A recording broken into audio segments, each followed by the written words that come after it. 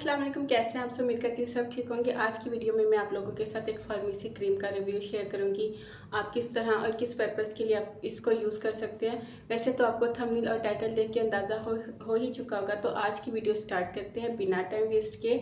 Video पसंद आए तो प्लीज़ लाइक कर दीजिएगा। इसके अलावा अगर आप मेरे चैनल पर न्यू है ना तो मेरे चैनल को सब्सक्राइब, बेल आइकन को हिट किए बज जाएगा ताकि मेरी हर नए आने वाली वीडियो का नोटिफिकेशन आपको मिल सके। तो आज की वीडियो स्टार्ट। अभी जो आप लोगों के साथ में क्रीम शेयर करने लगी वो है स्किनोरिन एज़लिक एसिड क्रीम। बहुत ज़्यादा हाइप में रहती है।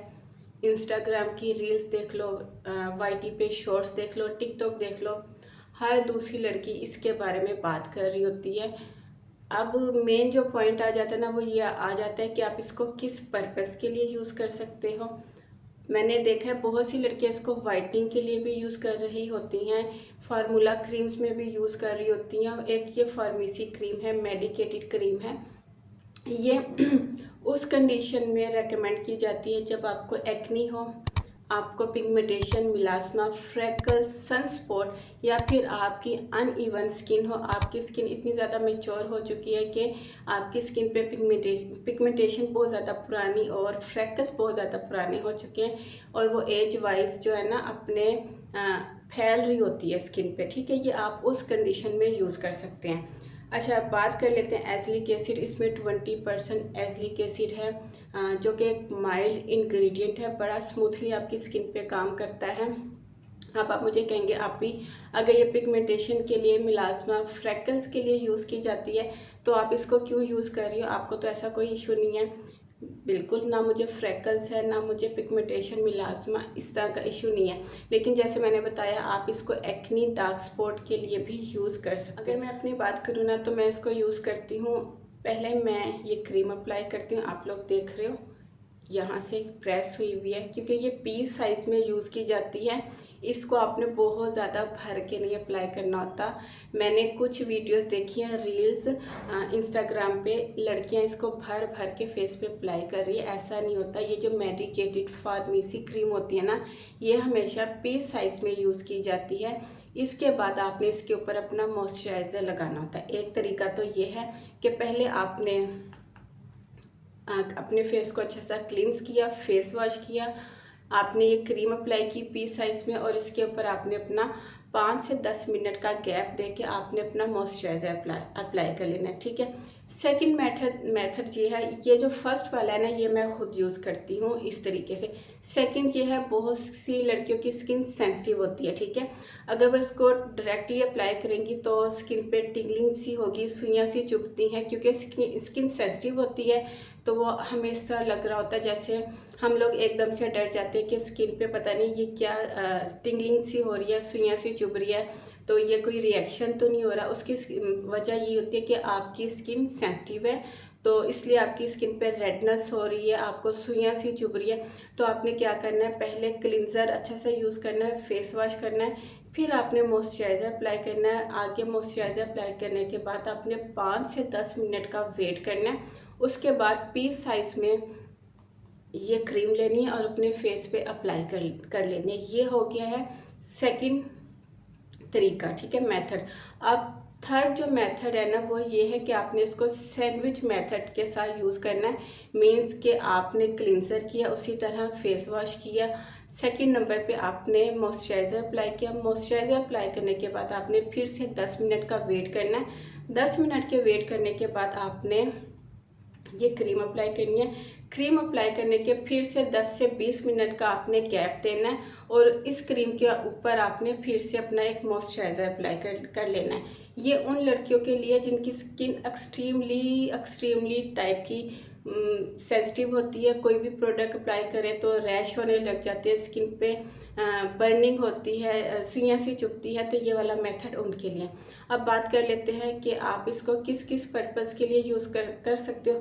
आप इसको अनइवन स्किन के लिए यूज़ कर सकते हो। अगर आपकी स्किन बहुत ज़्यादा अनइवन हो चुकी है आप उस पर्पज़ के लिए यूज़ कर सकते हो। आप इसको फ्रेकल्स के लिए, पिगमेंटेशन के लिए, एक्नी के लिए, डार्क स्पॉट के लिए यूज़ कर सकते हो।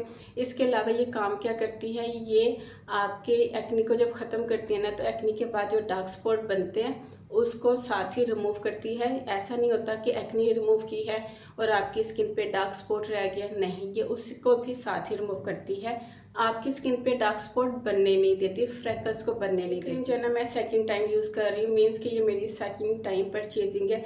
पहले मैंने यूज़ की, जब मैंने इसको यूज़ करना स्टार्ट किया ना अपनी एक्ने के लिए, तो मुझे इसका कोई ख़ास रिजल्ट नहीं मिला। यानी कि जितनी ये हाइप में थी ना कि ये कर देती है, वो कर देती है, ऐसा कर देती है, स्किन को स्मूथ कर देती है, स्किन का टेक्सचर स्मूथ कर देती है, आपका स्किन बैरियर स्मूथ कर देती है, तो मैंने वो पूरी ट्यूब ख़त्म कर ली, लेकिन मुझे इसका कोई रिज़ल्ट नहीं मिला।